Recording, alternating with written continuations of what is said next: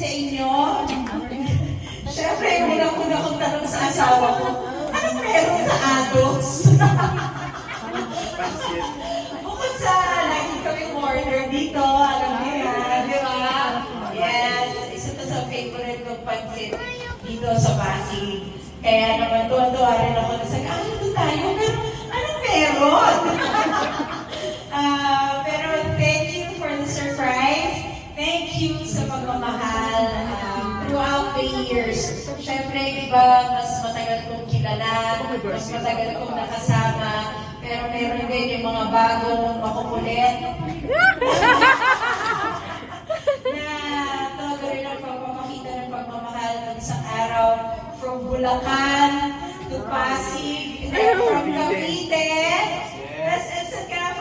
From Taguig, Cavite, pumunta ng Bulacan na inabot ng bagyo, tapos pumunta pa ng Pasig para talagang masulit yung panahon namin together.